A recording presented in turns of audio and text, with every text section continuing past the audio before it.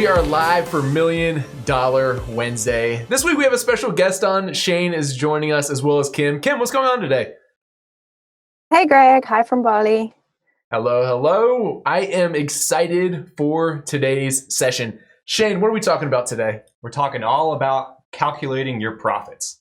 Hey, it's the fourth quarter, right? All of us Amazon sellers are having a wonderful season. Black Friday just happened. Cyber Monday just happened. Sales are going through the roof. But how do we calculate our true profits? What metrics do we need to be looking at as Amazon sellers? So we're going to be talking about all of that. But first, Kim, let's talk about Jungle Slumber and how it's coming along. Give us a quick little update.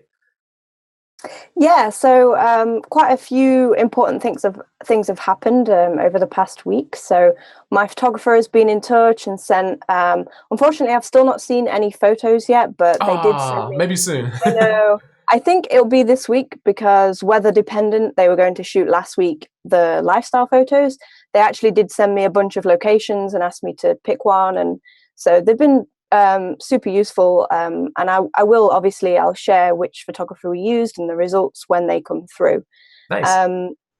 Another thing is, as Greg mentioned, we've had some problems in getting our account approved, our Amazon Europe Seller Central account approved. So for the purposes of this case study, I've been working on a little workaround so that we can at least make the shipment of the goods and deal with it later.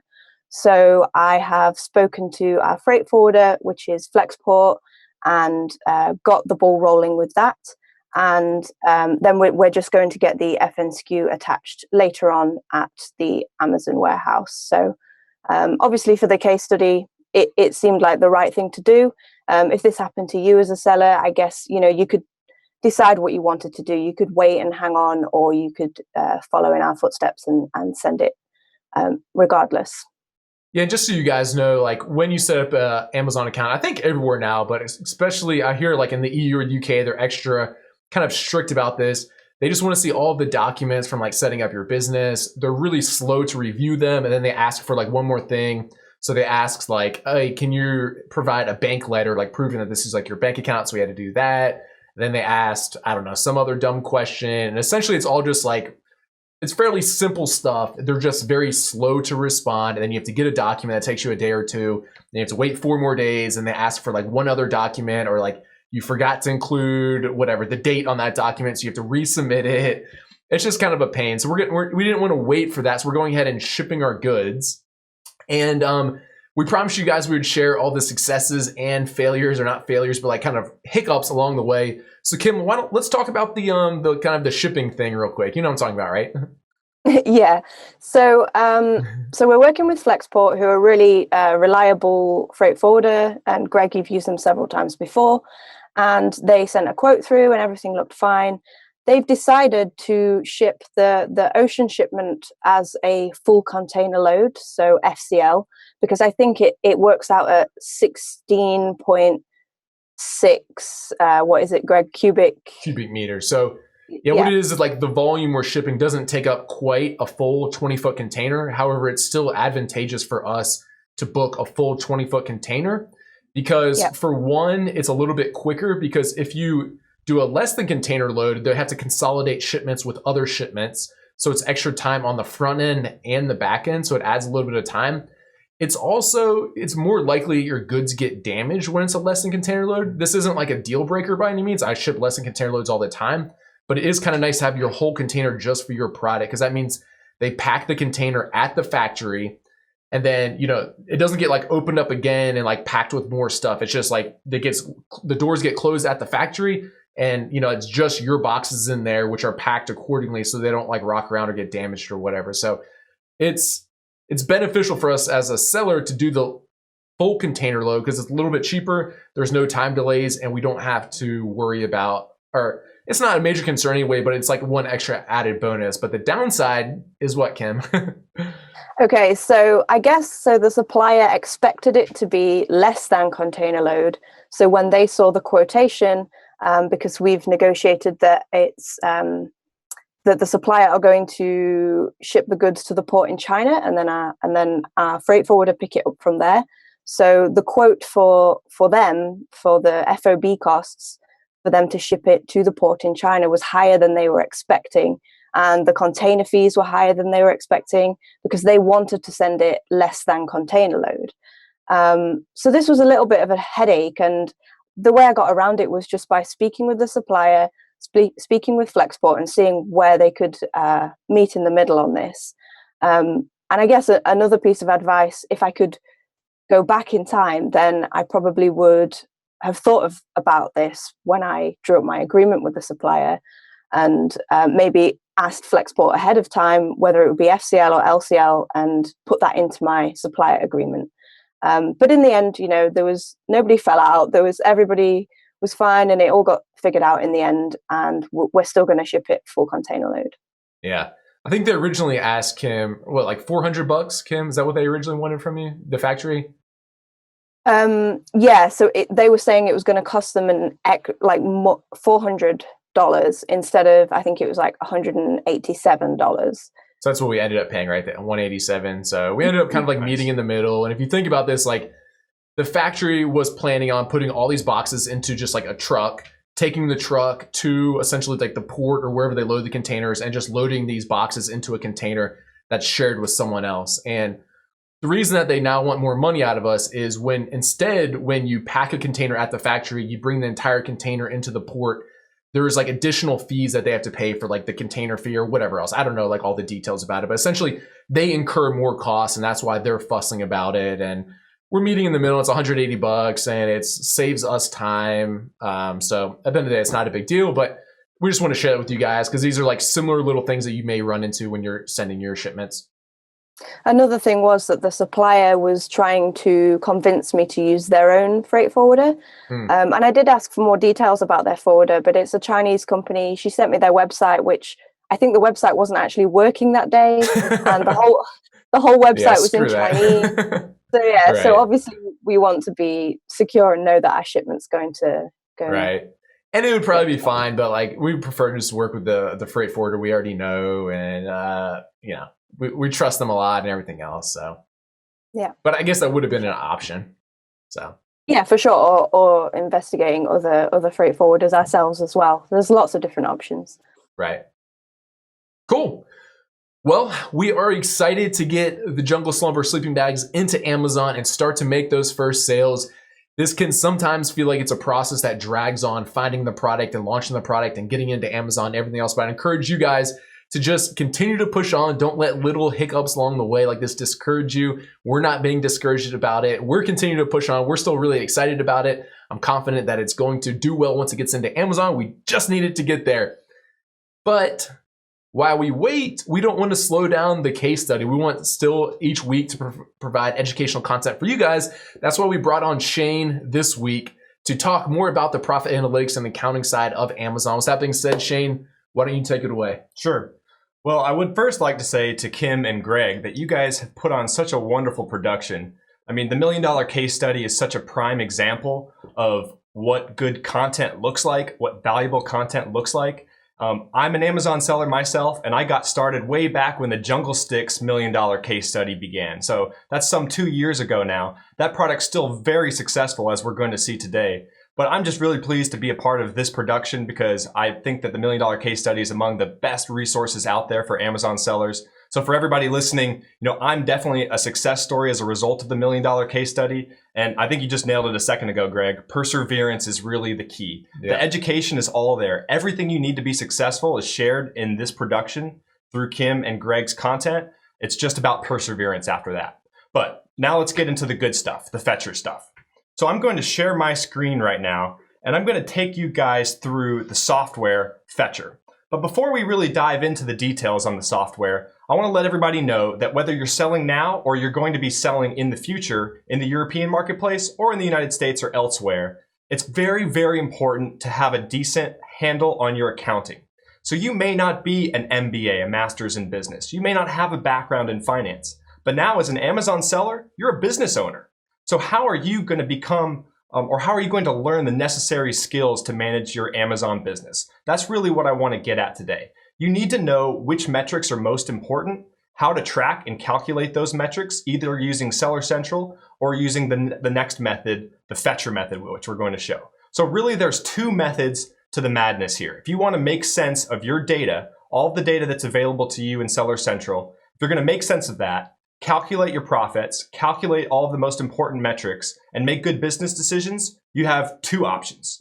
So the first option, it's the manual option. And this is the option I started with when I started selling because Fetcher wasn't available at the time. So with option number one, you're going to need to download reports from Seller Central. And I've calculated that there are about 11 different reports that need to be calculated or that need to be downloaded from Seller Central and then turned into some kind of Excel wizard file. Once you've created this Excel wizard file with various formulas and maybe even macros, you could then potentially calculate your profits. You're going to have to add your cost of goods and then all the details that are in those Seller Central reports. But this is a pretty timely process. Greg, have you ever tried the process? Yeah, that's what I did pre-Fetcher. Okay, so it's a resounding theme. Yeah. This is what we all tried to do, but we ran into some troubles, right? Did you have troubles? Absolutely. And for I guess most people don't really or if you're just learning about this and you don't have any products on Amazon yet, Seller Central doesn't give you your profits and a lot of these other metrics that are important to be running your business. They're just giving you top line revenue, right? They're not even taking coupons and promotions and PPC or anything else out of it.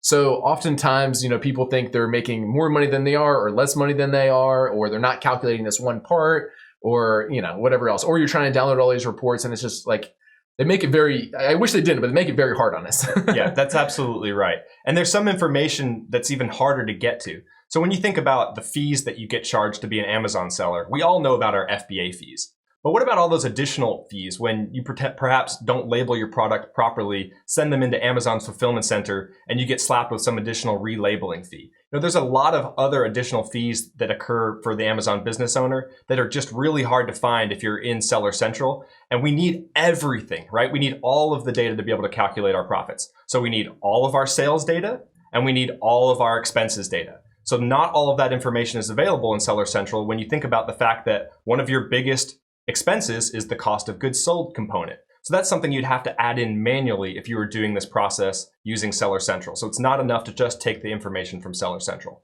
But let's say that you do prefer that approach for now. You download those 11 reports, you pull all the expenses data, you subtract it from all of your sales data, and hopefully you get your profits. And then on top of that, you're going to need to maintain this file because you're going to want to see updates maybe throughout the day, certainly throughout the week, and certainly throughout the month. And it should all roll into a profit and loss page.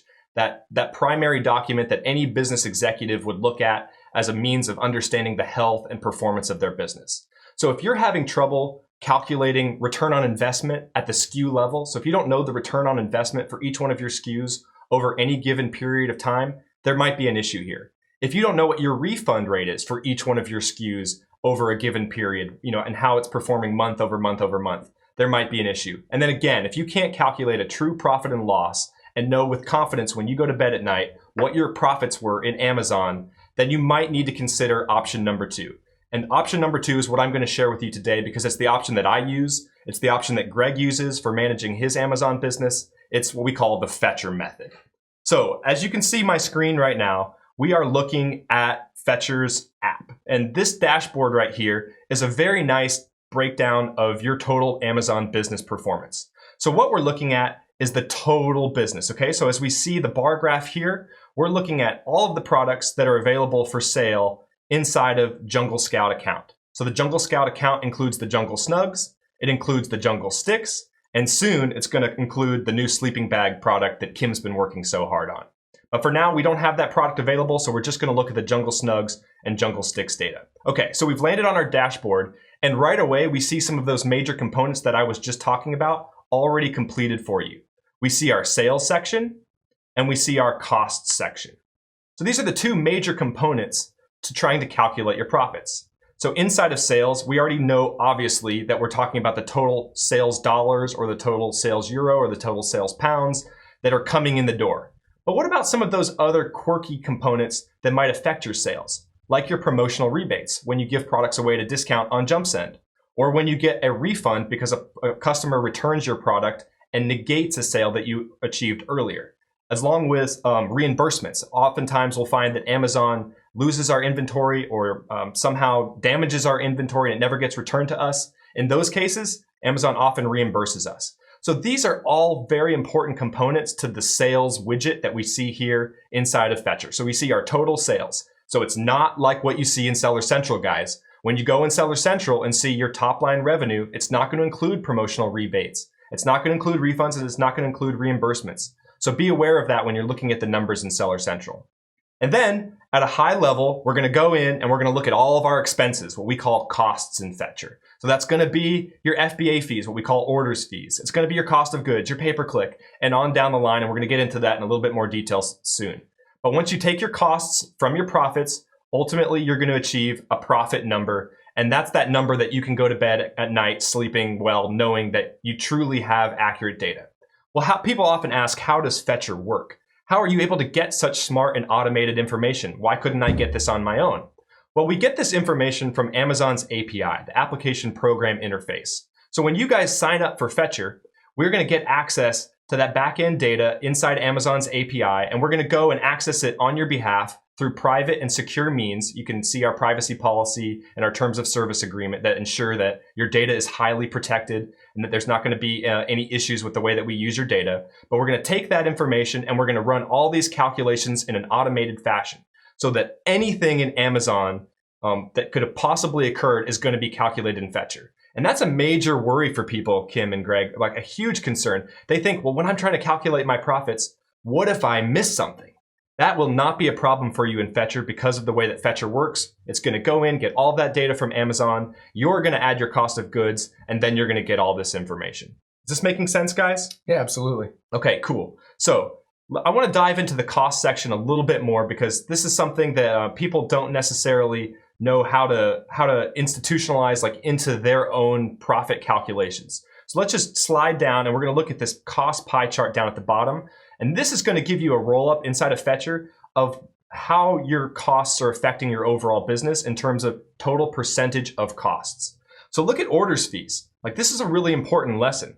We think about orders fees, which are FBA fees. Look at the percentage of the total business that these things are responsible for. It's nearly 60% of your total costs are going to be FBA fees. That's just the nature of the business. But if you're not prepared for that, if you're not financially aware of the fact that FBA fees are going to be a pretty big burden on the business, you're going to be off to a tough start. But it's not uncommon to see FBA fees make up at least 2/3 perhaps of the total costs of your Amazon business. But inside this cost pie chart, we're getting a pretty good look at all of these costs, and we have confidence that they're all being rolled up into Fetcher, like our pay-per-click, like our shipping costs that I'm going to get into in a minute, and like our other costs, which are added manually. Okay, so now I'm just going to go into the expenses section inside Fetcher and show you how we take care of cost of goods. All right, so if you are using the manual method, you're going to have to be using an Excel file to run these calculations yourself. Inside of Fetcher, there's just a simple and easy way to go in and add your cost of goods per unit. So with the Jungle Sticks, the very last order, which came in on October 9th of 2017, cost $2.38 per unit. So Greg and Kim have just simply added that number into Fetcher, and it's going to get rolled into every calculation. The same goes with inbound shipping. This is the cost of shipping the good from that supplier in China, most likely, in our case, since we're private label sellers, and then having those products delivered to a port in the United States. That runs up about 70 cents, or exactly, I should say, 70 cents per unit, and for a total cost per unit of $3.08. So what you see here, guys, is the opportunity to just add in your cost of goods yourself. Pretty simple. You just enter in the text, and then these numbers are going to get rolled into the total dashboard numbers that we were just looking at. So I hope that's resonating with everyone, because after you've added that information and a little bit more, you're going to have your total profits. Okay, so what else needs to get added before you can get your total profits calculated for you? We have a section called Other Expenses that I want to touch on. And it's just loading here, but what you're going to see inside of the Other Expenses section is a place for you to add any other business expenses that Amazon doesn't know about. So if you're thinking about testing out Fetcher and you're wondering, what am I going to need to add versus what does Fetcher already do, you can just continue to tell yourself, if the information is inside Amazon, you're not going to have to add it, and Fetcher's going to do it automatically. But if the information is unknown to the Amazon people, it's not in Seller Central anywhere, you're going to have to add that information manually. So we just added our cost of goods, and then this is also a place, this section called Other Expenses is a section where you can add any additional costs. So you can see like a software subscription to Jungle Scout, or rather a software subscription to Splitly, I should say, has been added here. For $49 a month, Greg and Kim have been subscribing to Splitly, and that cost is set up to recur on a monthly basis. So that's also going to get wrapped up into your total costs as well. So really from a manual perspective, that's it, guys. You're going to just have to add your cost of goods sold and your other expenses. There they are. We just looked at them. And then they're going to get rolled into the dashboard where everything else is already displayed for you. Is that making sense, Kim? Yeah, totally. Okay, cool. Will you add upfront costs to that too? Yeah, like what kind of upfront costs are you thinking about? Like photography and things like that. Oh yeah, absolutely. I'll just hop back over there so we can all see it as an example. But in the other expenses section, you can absolutely add any other cost that you want to. We probably got some in here, but I won't dig through. So I'll just show you kind of an example of how we could create that. Kim mentioned product photography. That's absolutely a cost that most Amazon sellers are going to incur, if not all Amazon sellers. So when we want to add product photography, you see I've just selected it from a category. You could also create your own category if you wanted. Then you can assign that product photography cost to a specific product or to the entire Seller Central account. So right here, it's set up to be assigned to the entire Jungle Scout account. But let's say we're just having pictures made of the Jungle Snugs Blue. Perfect. So I can assign that cost of product photography. Let's say it ended up running us $150 to the Jungle Snugs Blue, and I want it to be a one-time cost since it only occurred one time. Whoops, I just entered that in the wrong field. And obviously this is photography. Let's call it photos. And then I've saved that cost, and now this cost is going to get rolled up into the Jungle Snugs fetcher section, as well as the total business section. So we might as well just have a look now at the product breakdown page where I can show you each one of these products, and you can see that if I was to add a cost specific to a product, it would get rolled up into those numbers. So remember, the dashboard is the total business, right guys? This is the total business that we're looking at. The product breakdown page is where you can drill down to each one of your products. This is exceptionally hard to do in Seller Central because the data is not really available for you at a SKU level. Most numbers you're going to see in Seller Central are rolled up, but we need to know how our SKUs are performing and compare how our SKUs are performing. So when we talk about SKU level performance, this is the place where you can come and really drill down into each one of your SKUs and have a look how they're doing. So I won't go over the section in too much detail because this is exactly like the dashboard page, with the exception of pay-per-click, which is you see down at the bottom. But the bottom line is that you can now drill down into each one of your products via the product breakdown section. And if you prefer, you can go to the sales and profit section where you can compare each one of your products. So this is a really nice page because once we've kind of looked at the business at a high level, we see, okay, I see where sales are heading and I see the general direction of the business, but I want to really look and see how the Jungle Snugs units sold costs are in compared to the Jungle Sticks. No problem. We can come down here and look in this comparison graph and see how our unit costs match up, what our total sales look like, and ultimately our unit profit per unit. Yeah, so our profit per unit, and compare these things. So it gives you a good idea of how each one of your products look. If you only have one product to get started, this page might not be that helpful, but once you're a seller with several products or more, this is a place where you can come and compare all of the data, something that's absolutely not available to you in Seller Central. All right, so I wanted to come back to the dashboard because I don't know about you guys, but during the holiday period especially, I start to fret or think a little bit about inventory. Kim, how big is the first order of the Jungle Sleepers that you guys are getting? It's 1,500 units. Wow, okay, so a pretty nice order, a good medium to large size order to get started with this product. And when that unit comes in, you're going to see 1,500 units arrive. It's going to be shown right here in our inventory level. But we're going to need to think about how to track our inventory and prepare for the next order, because all signs indicate, based off of the research that Kim and Greg have done, that this product's going to be a home run. It's going to sell a lot of product, and therefore our inventory is going to start getting depleted, and we're going to need to be thinking about placing a new order. Kim, what does the lead time look like for the product right now if we were to place an order today? Do you know? So the manufacturing time was 30. About 30 days? That sounds about 30, right. I think about 30 days, yeah. Okay, that sounds about right. Yeah. So with that information, we know it takes about 30 days to manufacture. then we can probably have to assume that it's going to take about 30 days by ocean freight. I haven't actually used Flexport myself, but does that sound about right, Greg? They're usually about a 1-month shipment. Yeah. Sounds about right. Okay, so then we're talking about a 60-day lead time, and then you also need to include in any additional time to get the goods into Amazon. That sometimes, for me, takes upwards of a week. I don't know what it looks like for Flexport and the way that you guys are structured, but let's just say, it's a 60-day lead time. You enter in that information here. As soon as the product becomes available, Kim, you'll enter in 60 days lead time, and you'll have 1,500 units in inventory. Once you start getting sales, we're going to calculate your average daily sales for you. And we're going to go ahead and tell you, Kim, exactly when it's time to start thinking about reordering. Because we're going to tell you how many days remaining you have of your inventory before you need to place the next order. And with a lead time like 60 plus days, as a lot of our private label products have, this is something that's really critically important to stay on top of. So again, if you're using the manual method, you're going to need to figure out a way to calculate this yourself using the Seller Central dashboards and stuff. But if you're using Fetcher, we're going to go ahead and tell you, and we're even going to warn you, your line items are actually going to turn colors. Like, for example, they're going to turn orange when you're inside or right around lead time. So I'll just show you an example. We have 51 days remaining of the jungle sticks. Let's say the lead time is 55 days.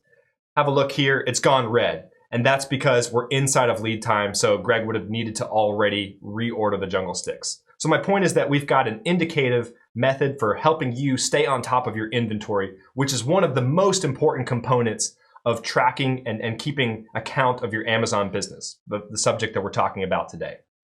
All right, so I know I'm jumping around a little bit, guys, but I basically covered some of the majority points that we're thinking about here as we're looking at our metrics, the sales and the cost method. But let me ask you, probably there are going to be a lot of sellers here. They're going to be selling on multiple markets. Kim, do you have a vision, and Kim and Greg, do you guys have a vision of selling some of these products in other European markets, or are we going to just stick to the UK initially? Yeah, definitely. I think there's potential for that in the future as part of this case study. So. Yeah, and when we did our product research, we browsed real quick to see, like what the demand was like in Germany and elsewhere. Yep. So. Yeah, absolutely. Awesome. Good news for you guys once it's time to launch in other countries, and good news to all of the listeners today that are already selling on other platforms, because Fetcher is going to support all of those platforms. Right now, we're just showing you the US account because we actually haven't launched this product yet in the UK. But once we have, it's going to be really exciting because we're going to get to come in here and we're going to get to add an account, and we're going to sign up our Seller Central account in the UK, and Fetcher is going to basically calculate all of the data separately for the UK that it's calculating for the US and onwards in all of the other markets. So the bottom line here is that when you come back to the dashboard after you guys have launched this new product, you're going to be able to toggle between each one of your Seller Central accounts. Once you've launched in Germany and Spain and Italy and France and everywhere, Fetcher is going to allow you to keep as many Seller Central accounts running at one time as necessary. So I think that's probably the vision of a lot of people who are participating in the $1 million case study. These are aggressive sellers, I know, because I've paid attention myself. I've seen the chat box, and I know that people are really eager to start selling in multiple places. Fetcher's going to let you sell on, it's going to track all of your profits in each one of your Seller Central accounts, and you'll just be able to toggle between them easily. So that's kind of exciting news. Another section I want to talk about, guys, is refunds. This is a metric that sometimes doesn't get a lot of, a lot of attention, and I think that it ought to. Largely because refunds can be detrimental for Amazon sellers. When you start seeing your refund rate crouch on 3% to 5%, you're going to see a pretty significant impact to your overall margins. So I like to come into the refund section of my own personal Fetcher account and have a look at the products. So let's see how these products are doing. Look at the jungle sticks. Just in the last 14 days, we've seen 6 returns, but that's less than 1% return rate overall. So that's a phenomenal return rate. It means the product is meeting the expectations of those buyers. They're satisfied. They're not returning the product. There are no issues with the jungle sticks. Let's have a look at the other products. Same with Jungle Snugs Pink. We're upwards of about 1.4% in return rate, but that's still in the safe zone. For me, I think when you start encroaching, as I said, 3 to 6% is when we start hitting the danger zone, and there might be a potential quality issue or an issue in the way that your listing is being received. It's not meeting the expectations of the buyers. And the same there with Jungle Snugs Blue. So it looks like across the board, this is a healthy account with healthy products that aren't going to have any refund issues. But for those that are selling right now during the fourth quarter, we just had Black Friday and we've just had Cyber Monday. Here we are sitting on Wednesday now. And it's time to probably have a look at your refunds and see if they're going to start to increase. Because with sales increase, it's only natural that we're going to see an increase in refunds. As you see an increase in refunds, as long as it doesn't increase in terms of total percentage of the product, then I'm not concerned. So if the return rate stays under 3%, I'm not concerned. If it starts getting higher than 3%, it's probably time to come down here into this table that we give you in Fetcher. And what you can do here is look at each one of these order IDs. I'm not going to do it now because it would actually open up Greg and Kim's personal Seller Central account. But when you click on these links, it's going to take you to the order and it's going to show you the information regarding that return. I would reach out to that customer and find out why they returned the product if you're starting to see an increase in returns, and find out for sure if you have a quality issue or if there was perhaps a price point issue and they found that your competitors were selling the price of the product for a better rate, and so therefore they returned yours in exchange for another product. You know, you need to know this sort of information as a seller, and no time is more important than the holidays as refund rates start to spike. So I think the message here is use Fetcher and use the metrics that you see here as a way of indicating where you need to spend time in your business. So refunds might be a place that needs a little bit of love. There's a lot of other sections of the business that you could identify for improvement by going to the profit and loss page. So that's where we're going to go now. We're going to go to the profit and loss page, and we're going to just look at the last 90 days. Keep in mind that with the Jungle Snugs, we've been doing some giveaways just in advance of the holidays as a part of the strategy to really boost our BSR in advance of the holidays. So we ran out of stock too. And we ran out of stock. Okay. So we had to do some promos to boost that. So the profitability of them is a little low right now, but they're still doing well overall. Great. So when we look at the profit and loss page, we're looking at performance month over month over month.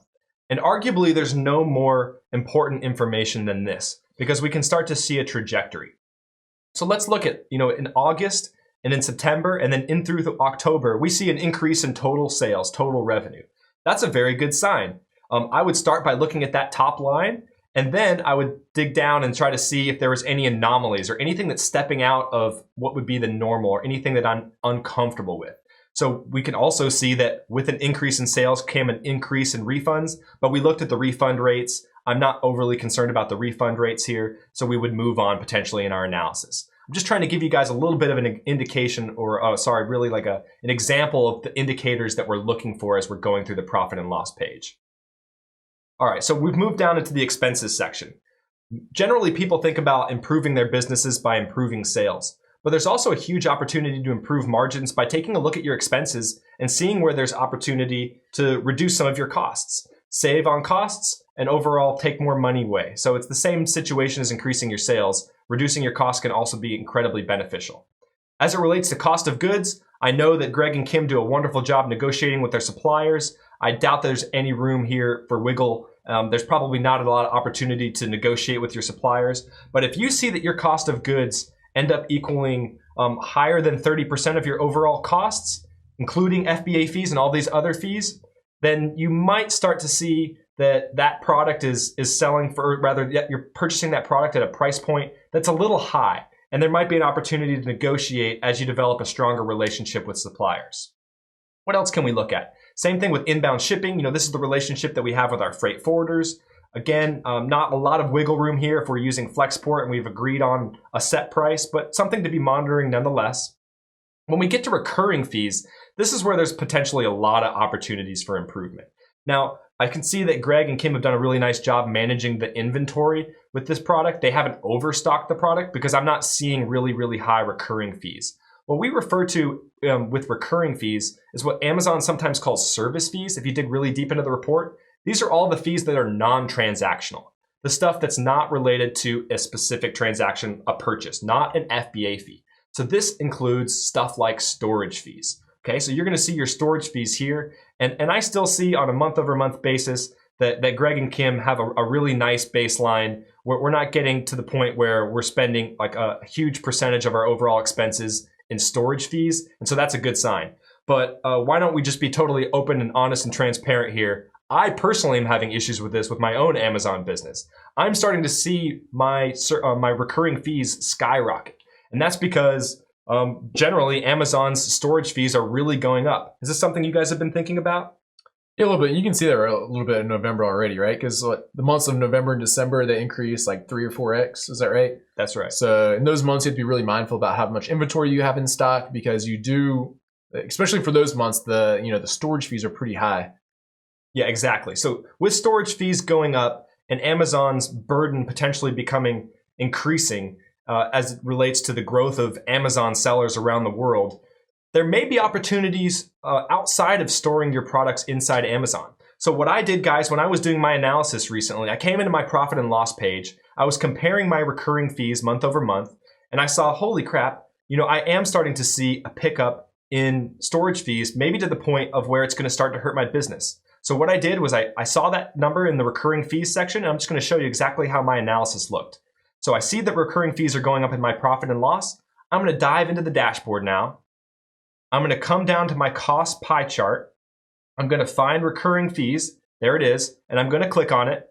And I'm going to expand that section, and I'm going to find out what I've been charged for. What is Amazon charging me for when it relates to these recurring fees? Okay, so it is FBA storage fees. So the FBA storage fees over these 3 months or whatever I'm looking at, 4 months or so, is around $1,400, which is really not that bad. So Greg and Kim have done a nice job, but I found that my numbers were really, really high. And so I've actually changed my strategy as it relates to storing goods because of the information that I found inside Fetcher.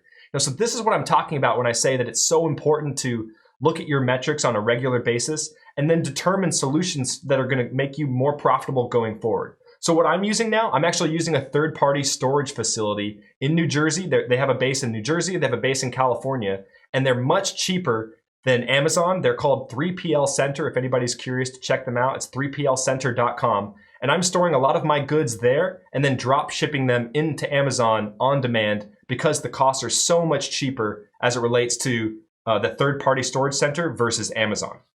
So without my profit and loss page, without having done this analysis, this month-over-month analysis inside Fetcher, I never would have known that my recurring fees were really getting out of control, and I probably never would have taken action on a brand new strategy that's already starting to save me money in the fourth quarter, and so I'm pretty stoked about that. All right, we can see our PPC costs, another thing that we might want to dig down into, but again, nothing that really stands out to me here as I look at the Jungle Sticks and Jungle Snugs. And then all these additional costs that we've entered in manually are also shown until at the very bottom here, we see our nice roll up, our total net profit month over month over month. I mean, this is fantastic as I think about the fact that Greg and Kim are giving away, nearly $7,000, upwards of $11,000, $12,000 Last month this was really month. good, huh? $12,000 Wow. in profit. So giving $12,000 away to Pencils of Promise, that's just fantastic. I mean, this is an Amazon business that any entrepreneur would be proud to own. And you guys are giving that money away to Pencils for Promise. It's just really fantastic. I mean, the business looks good, but I just wouldn't know that if I hadn't come in here and looked at my gross margins and looked at my profit and loss page. All right. So I think that's really the key takeaway here, guys, is that you're going to have to make a decision yourself as to how you're going to calculate the metrics for your business. And if you don't have a background in finance, it could be a bit of a headache. We've got you covered with Fetcher. And that's also part of the reason that I've worked with Greg and Kim to offer a special discount today. Normally with Fetcher, you get a free trial, and we are going to still extend that free trial to you guys. But beyond that, I'm actually going to give you an additional free month. So if you sign up with the link that Greg's showing you right here, it's fetcher.com/million, you're going to be able to earn 1 month of free trial because there's a few little requirements that we ask of you to earn that free trial. We're going to ask you to enter in your cost of goods sold. We're going to ask you to watch an intro video, get you acclimatized to how Fetcher works. But it's pretty easy, and within a few minutes, you can earn a 30-day free trial. But on top of that, this link is going to get you a whole month. So if you're a new seller, or even if you're not a new seller, I can't recommend highly enough that you at least take advantage of this free offer. Get signed up for Fetcher, have a look at your profit and loss page, look through some of these key metric indicators that we were talking about today, and then compare it to your manual process. If you're preferring to use the manual process and you haven't used a software like this in the past, this is at least a good way to check yourself. Even if you choose not to go forward with Fetcher, we want you to do what's best for your business. But right now we're giving you a free opportunity to look at the real inside data of your business, see it all in one clear and beautiful place, and know exactly how your business is performing. I don't see any reason not to take advantage. All right. And Teacher Kim, do you want to tell everyone about their homework real quick? Yeah, so the homework this week is pretty much what Shane just said, figure out how you're going to manage your business financials as an Amazon seller, and definitely sign up for the Fetcher trial and check that out. And then in the homework sheet, there is a free swipe sheet, which is kind of just a sheet where you can enter all of your upfront costs and all of your ongoing costs and start to manually take a look at what your sort of profit and loss is looking like. But like you said, Shane and Greg, it sounds like it took you guys a long time. I mean, how much time would you say it took you to do it manually before Fetcher per week? I've done the calculations actually, because I was so Okay. fed up with it. So actually I was doing the manual method for the first 6 months of my life as an Amazon seller. I was spending about 3 to 5 hours a week, but that was after I built my spreadsheet process. And so I had a buddy who actually knew how to do Excel macros, which I don't know how to do personally. So he helped me set them up. But that process in itself took about 7 hours. He and I working together, I paid him some money. We set up this process, and then it took me about 3 to 5 hours per week of like kind of running the reports to gather the data, try to get the updated information. I did that for 6 months, and then get this, guys, my numbers were wrong. If you can believe it. If you can believe it, after we built Fetcher and I got a real good look at my Amazon profits, I was completely missing this one section called shipping credit refunds. And so my calculations had been wrong the whole time. Oh man. Yeah, I definitely don't fancy my chances at doing it manually myself. Numbers aren't my strong point. Well, we'll get you a Fetcher account set up, Kim. You'll be ready to go. Awesome. Cool. With that being said, guys, we're going to go ahead and wrap up today's session. Shane, thank you very much for coming on. It's much appreciated. If you guys do want to take advantage of that free trial, it is Fetcher.com/million. Is that right? We hope you guys do. I mean, you get like 2 months for free, so there's no deciding not to stick with it, to just use it for 2 months and get all the information. I'm confident you're going to like it, though. Yeah, and if you don't mind, Greg, I just wanted to say that if you have any questions for us about the information here, because I presented this information in sort of a short and timely, compact section. We do webinars, we do trainings, we help people really get up to speed, because I know a lot of Amazon sellers are just not comfortable with this financial side of the house yet. Right. If you need to get up to speed and you want to learn a little bit more about the service, contact us at support@fetcher.com, or just check us out at fetcher.com, because we do have weekly webinars with more in-depth training. This was really just kind of touching the surface, if you will. Right. Nice. Thank you very much for that. Kim, good seeing you as always, and we will see you guys next week. Adios. Bye, guys. Bye.